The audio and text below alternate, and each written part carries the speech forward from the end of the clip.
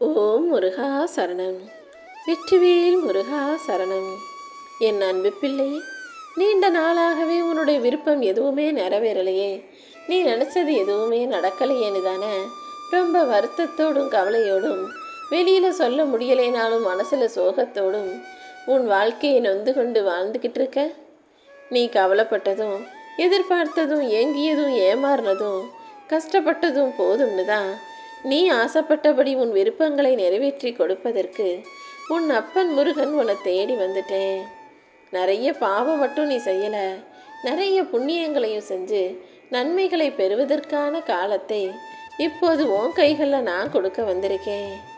இன்று இரவோட இரவாகவே உன் தோல்விகளுக்கும் கஷ்டங்களுக்கும் முற்றுப்புள்ளி வச்சுட்டு வெற்றியை தொடர்கதையாக ஆக்க போகிறேன். வெற்றிங்கிறது யாருக்கும் வாழ்க்கையின் இறுதியும் கிடையாது, தோல்விங்கிறது யாருடைய வாழ்க்கையிலும் முடிவும் கிடையாது. தோல்வி வந்தவன் அடுத்து நிச்சயமாக வெற்றி பெறுவான். வெற்றி பெற்ற மனிதன் அடுத்து தோல்வி அடைவதற்கும் வாய்ப்புகள் இருக்குது. ஆனால் வெற்றியை பெற்றுவிட்ட ஒரு மனிதன் போது நம்ம ஜெயிச்சாச்சுன்னு நினச்சி சும்மா உட்காராம தொடர்ந்து மீண்டும் மீண்டும் விடாமுயற்சியோடு முயற்சிக்கும் போது, அவன் துணிவையே துணையாக வச்சுக்கிட்டு தைரியமாக நம்பிக்கையோடு வேலை செய்யும்போது அந்த வெற்றி தொடர் வெற்றியாக தொடர் கதையாக அவன் வாழ்க்கையில் நிலச்சிருக்கும். அப்படித்தானே நீயும் எவ்வளவோ கஷ்ட நஷ்ட பிரச்சனைகள் வந்த போதும் விடாமுயற்சியோட தன்னம்பிக்கையோட நல்லது நடக்குன்ற எண்ணத்தோட என்னை வழிபட்டுக்கிட்டும் உன் வாழ்க்கையை வாழ்ந்துக்கிட்டும் இருந்த. அதனால தான் இப்படிப்பட்ட என் நல்ல பிள்ளைக்கு எல்லாமே சரியாக நடக்கணும்னு தான் உன் விருப்பத்தை நிறைவேற்றி கொடுக்க ஓடி வந்தேன். எப்போவுமே நீ எல்லாருக்கிட்டையும் அன்பாக இருக்குது நல்ல விஷயம். ஆனால் அன்பு பாசங்கிறது அளவுக்கு மீறி போச்சுன்னா அதுவே ஆயுதமாக மாறி உன்னையே தாக்க ஆரம்பிச்சிடும்.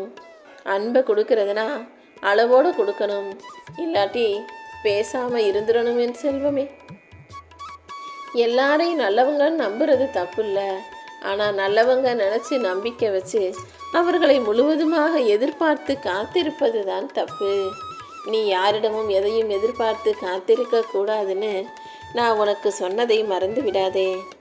எப்போவுமே ஒரு விஷயம் இப்படி நடக்கிறத உன்னால் பார்க்க முடியுதுன்னா உன்னால் அந்த விஷயத்தை நீயாக செஞ்சு முடிக்கவும் முடியுன்றதை தெரிஞ்சுக்கோ. ஏன்னா உன் கண்ணெதில் நான் சில விஷயங்களை காட்டுகிறேன்னா அதை பற்றிய விஷயங்களை உனக்கு புரிய வச்சு அதை உன்னால் ஜெயிக்க முடியுன்றதை சொல்கிறதுக்காக தான். நீ எந்த விஷயம்லாம் நடக்கணும்னு நினைக்கிறியோ, எதெல்லாம் உன்னுடைய கனவாகவும் ஆசையாகவும் இருக்கோ, அது எல்லாமே நிஜமாக நனவாக உன் வாழ்க்கையில் நிச்சயமாக நடந்தே தீரும். வாழ்க்கைன்ற போர்க்களத்தில் வெற்றி வாகை நீ சூடணும்னா உனக்கு ஒரு துணை தேவையல்ல, துணிச்சல் தான் தேவை. எந்த வேலைக்கு போனாலும் எந்த காரியத்தை செஞ்சாலும் கூடவே ஒரு ஆள் இருக்கணும்னு எதிர்பார்க்காம உனக்குள்ள நீயே துணிச்சலையும் தைரியத்தையும் கொடுத்துக்கிட்டு களமிறங்கினா நீ எதிர்பார்க்குற விஷயங்களில் தாராளமாக வெற்றியை பெற முடியும். யாராவது உன்னை குறை சொல்லும் போதும் நீ செஞ்ச தவறை சுட்டி காட்டும் போதும் அவர்களுக்கு நன்றி சொல்ல பழகு. ஏன்னா அவங்க தானே உன்னை ரொம்ப நேரமாக ஆராய்ச்சி பண்ணி நீ என்ன செய்கிற எது செய்கிறன்னு கவனித்து உனக்கே தெரியாமல் நீ செஞ்ச தவறை சுட்டி காட்டினார்கள். அந்த தவறின் மூலமாக நீ உன்னை செதுக்கிக் கொள்வதற்கும் சரி செய்வதற்கும் உனக்கு ஒரு வாய்ப்பு கிடைச்சிருக்குன்னு நினச்சிக்கோ. யார் உன்னை குறை சொன்னாலும் உடனே அவங்க மேலே கோபப்படாமல் என்னை எப்படி அவங்க ஒரு வார்த்தை சொல்லலான்னு யோசிக்காமல் அவர்கள் சொல்வது நிஜமானு பார்த்து அதை திருத்தி கொள்ள முயற்சி செய். வாழ்க்கையில் எப்போதும் எல்லாருக்குமே வெற்றி எடுத்தவனே கிடச்சிடாது. முதல் முறை தோல்வி அடையும் போது உடனே நம்மால் ஜெயிக்க முடியாதுன்னு முடிவுக்கு வந்துடக்கூடாது.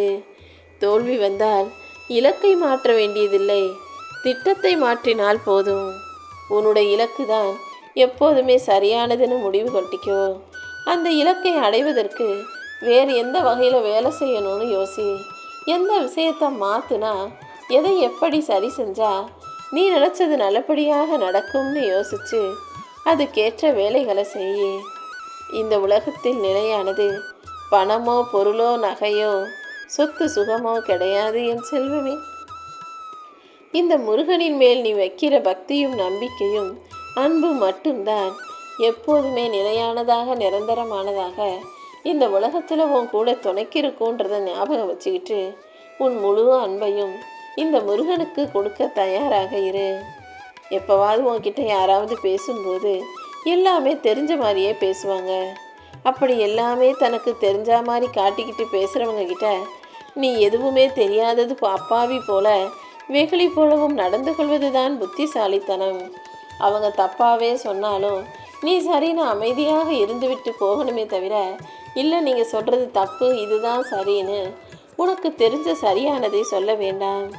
ஏன்னா தனக்கு தான் எல்லாம் தெரியும் நீ எப்போ எதிரில் இருக்கவே நினச்சானோ அப்போவே அவன் முட்டாளாகிறான். அப்படிப்பட்டவர்கள் வாழ்க்கையில் ஜெயிக்க மாட்டாங்க.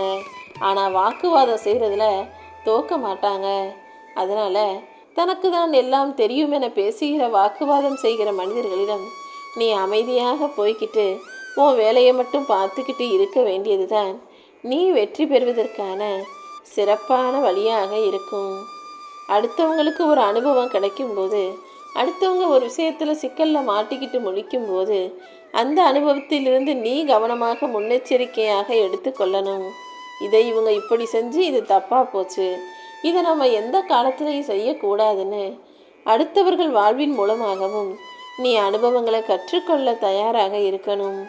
அதை புரிஞ்சுக்கிட்டு எந்த விஷயத்தையும் நீ யோசித்து செய்யும்போது எதுவுமே தவறாக போகாது என் தங்கமே. இந்த உலகத்தில் நீ எப்போ என்ன நல்லது செஞ்சாலும் இந்த சமூகம் அதை வேணும்னே தவிர்க்கத்தான் செய்யும். ஏன்னா நல்லவங்களையும் நல்லதையும் அவ்வளவு சீக்கிரம் இந்த உலகத்து மனிதர்கள் ஏற்றுக்கொள்ள மாட்டார்கள். நீ செய்யும் தவறையும் தப்பையும் பார்த்துக்கிட்டு இருக்க உன் அப்பன் முருகன் நான் சொல்கிறேன், இது எல்லாத்தையும் திருத்தி கூடிய சீக்கிரம் நீ உன் வாழ்க்கையை சரியாய் வாழும்படியும் சிக்கல்கள் எல்லாம் தீர்ந்து நிம்மதியான நிரந்தரமான வெற்றியை நீ பெறும்படியும் இந்த முருகன் உனக்கு வழிகாட்டுவேன்னு சொல்கிறதுக்காக தான் உன்னை தேடி வந்தேன். உன்னுடைய விருப்பங்களும் ஆசைகளும் நீ எதிர்பார்த்த காரியங்களும் நிச்சயமாக நிறைவேறும் என் செல்வமே. உன்னுடைய சிக்கல்களையும் பிரச்சனைகளையும் தீர்த்து உனக்கு நல்ல வழி காட்டுவதற்கு உன் அப்பன் முருகன் நான் இருக்கும்போது நீ எதுக்காகவும் கவலைப்படாத. நான் உனக்கு துணையாக இருந்து எதை செய்யணும் எதை செய்யக்கூடாது, எதை எப்படி அணுக வேண்டும், யாரை எப்படி கையாளணுங்கிற எல்லா விஷயங்களையும் பக்குவமாக எடுத்து சொல்கிறேன். எப்போவுமே உன்னை போலவே குணம் இருக்கிறவங்கக்கிட்ட நீ சேரும்போது அது உனக்கு பிரச்சனையை தராது. ஆனால் உனக்கு எதிரான குணம் உள்ளவர்களிடம், உன்னை புரிந்து கொள்ளாமல் உனக்கு மாறாக எல்லாத்தையும் யோசிப்பவர்களிடம், எதிரும் புதிருமாக உனக்கு இருப்பவர்களிடம் நீ ஒருபோதும் நட்பு கொள்வதோ உறவு கொள்வதோ வேண்டாம். ஏன்னா அப்படி உனக்கு எதிரான கொள்கை உள்ளவர்களும் உனக்கு நேர்மாறாக சிந்திப்பவர்களும் உன் கூட இருக்கும்போது அங்கு சண்டையும் பிரச்சனையும் தான் வருமே தவிர சந்தோஷமும் நிம்மதியும் இருக்காதல்லவா. இந்த உலகில் நிலையான நிரந்தரமான உன் அப்பன் முருகன் என்னை உனக்கு துணையாக, உன் கூட கூட்டாகவோ நட்பாகவோ, உன்னை பெற்றவனாகவோ அல்லது உன் கூட பிறந்தவனாகவோ எப்படி வேணாலும் என்னை வச்சுக்கோ. உனக்கு தேவையான எல்லா காரியங்களையும் எல்லா சமயங்களிலும் எல்லா விஷயங்களிலும் செய்வதற்கு நான் எப்போதும் தயாராக இருக்கேன். எந்த ஒரு விஷயம் நடந்தாலும் அது ஏன் நடக்குது, எதுக்காக நடக்குதுன்னு அதனுடைய மூல காரணத்தை ஆராய்ஞ்சு யோசிச்சுக்கிட்டே இருக்காம, இப்போது நடந்துருச்சு, இதுக்கு என்ன பண்ணலாம்னு இனி நடக்க போகிறத பற்றி யோசி. நடந்த விஷயங்களையும் அதற்கான ஆணிவேரையும் ஆராய்ச்சி செய்வதற்கு பதிலாக நடக்க போகிற விஷயங்களையும் செய்ய போகிற செயல்களையும் பற்றி யோசிக்கும்போது அது உன் பிரச்சனைகளை தீர்க்கும் அல்லவா. அதிகமாக செயலாற்றுவது தான் பிரச்சனைகளை தீர்க்கக்கூடிய வழி. ஆனால் அதிகமாக பேசுவது பிரச்சனைகளை உருவாக்குவதற்கு வழிவகுத்து விடுன்றதை புரிஞ்சுக்கிட்டு வார்த்தைகளை எப்போதும் அளவாக பயன்படுத்த கற்றுக்கோ.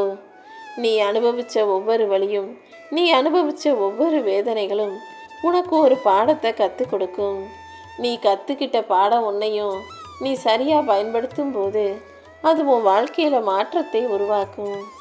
உன் வாழ்க்கையில் நான் தினமும் கற்றுக் கொடுக்குற ஒவ்வொரு பாடத்தையும் ஒவ்வொரு சின்ன சின்ன விஷயத்தையும் சரியாக புரிஞ்சுக்கிட்டு அதை வச்சே உன் வாழ்க்கையை மாற்றுவதற்கான வேலைகளை செய்யப்பாரு. உன் மேலே முதல்ல உனக்கு நம்பிக்கை இருக்கணும். ஏன்னா உன் மீது உனக்கே நம்பிக்கை இல்லைன்னா இந்த கடவுளே நேரில் வந்தாலும் பலன் இல்லாமல் போயிடும். நீ எப்போவுமே எந்த காரியத்தை செஞ்சாலும் நம்பிக்கையோட, மனசார பக்தியோட, நல்லதே நடக்கும்ன்ற எண்ணத்தோட நேர்மறையாக செயலாற்றும் போதுதான் அது உனக்கு வெற்றியை கொடுக்கும். இந்த உலகம் நிற்காம சுற்றிக்கிட்டே தான் இருக்கும். இந்த உலகம் போய்கிட்டே தான் இருக்க போகுதுன்னு நீயும் யோசிச்சு நீ விதைச்ச விதையெல்லாம் அறுத்துட்டினா அப்புறம் உன் மனசு பாலைவனமாக மாறிவிடும்.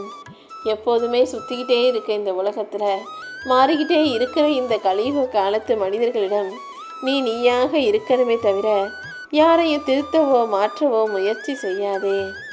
ஒரே ஒரு நாள் அடுத்தவர்கள் வாழ்க்கையை அவங்க இடத்துல இருந்து வாழ்ந்து பார்த்தீனா அதுக்கு பிறகு உனக்கு அவங்கள போல வாழணும், இவங்கள போல வாழணுன்ற ஆசையே வாழ்நாள் முழுமைக்கும் வராது என் செல்லமே. ஏன்னா நீ பார்க்குற மனிதர்களும், சந்தோஷமாக சிரிச்சுக்கிட்டு இருக்க மனிதர்களும் உண்மையிலேயே அவங்க வாழ்க்கையில் நிம்மதியாக இருக்காங்களான்னு கேட்டால் நிச்சயமாக நான் இல்லைன்னு தான் சொல்லுவேன். நீ யாருடைய வாழ்க்கையை பார்த்து பிரமிச்சு போறியோ, யாரை பார்த்து இவங்களை போல தான் வாழ்க்கைனா இருக்கணும்னு ஆசைப்படுறியோ, அவர்கள் அனுபவிக்கும் கஷ்டமும் நஷ்டமும் பிரச்சனையும் மன உளைச்சலும் உனக்கு தெரியாது. ஒரே ஒரு நாள் அவங்க இடத்துல இருந்து, அவங்க வீட்டில் இருந்து, அவங்க வேலையில் இருந்து அவங்க வாழ்க்கையை நீ வாழ்ந்துட்டினா அப்புறம் நீ வாழ்கிறதுக்கு கூட விரும்ப மாட்டாய். அந்த அளவுக்கு உன்னை சுற்றி இருக்கும் ஒவ்வொரு மனிதரின் வாழ்க்கையும் 1000 கஷ்டங்களை சுமந்துக்கிட்டு 1000 வேதனைகளையும் சமாளிச்சுக்கிட்டு தான் வாழ்ந்துக்கிட்டு இருக்கு. எப்போவுமே இந்த காலத்து பிள்ளைகள் பொறுப்புகளை ஏற்றுக்கொள்ள மறுக்கிறீங்க. பொறுப்புகளை சுமக்க மறுக்கும் இளையோர் மனம் அப்புறம் வயசான பிறகு ஐயோ சின்ன வயசுலேயே கஷ்டப்படாமல் விட்டுட்டோமேனு தள்ளாடி தவிக்கக்கூடியவர்களாக இருக்குது. நடுத்தர வயசு வரும்போது தான் நம்ம சின்ன வயசில் இளமை இருக்கும்போதே தப்பு பண்ணிட்டோமே, அப்போ சரியாக இருந்திருந்தா இப்போ கொஞ்சம் நல்லா நிம்மதியாக இருந்திருக்கலாமேன்னு மனசு வருத்தப்படும். நீ இந்த நிகழ்கால வாழ்க்கையை தவற விட்டுட்டு அப்புறம் எதிர்காலத்துக்கு போனதுக்கப்புறம் இந்த கடந்த காலத்தை நினச்சி வருத்தப்படக்கூடாது. அதுக்கு பல இந்த நிமிஷத்துல இருந்து முடிவெடு.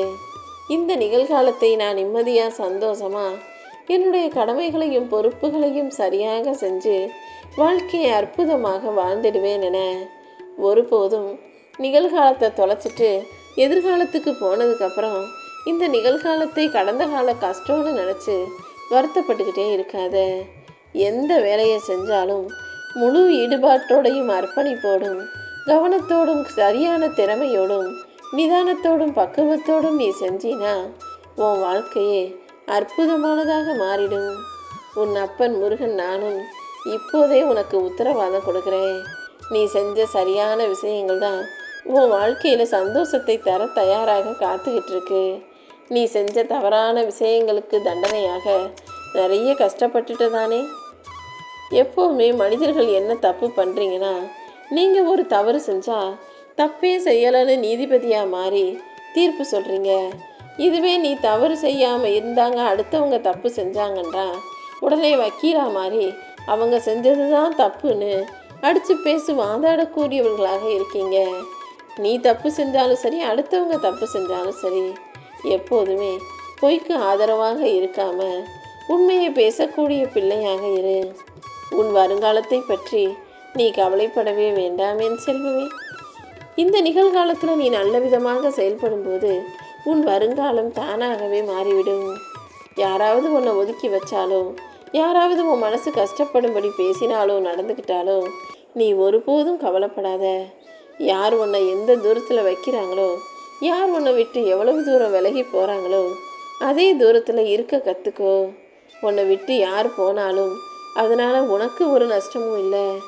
ஏன்னா நான் தான் உன் கூட இருக்கேன் அல்லவா.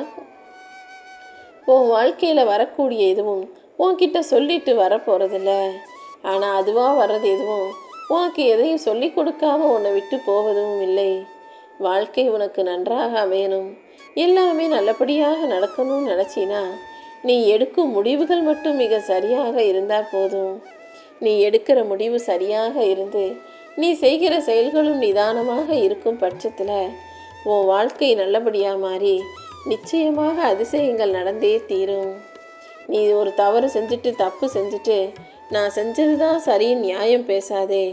ஏன்னா உன் அப்பன் முருகன் எல்லாத்தையும் பார்த்துக்கிட்டும் கவனிச்சுக்கிட்டு தான் இருக்கேன்றத எப்போவுமே ஞாபகம் வச்சுக்கோ.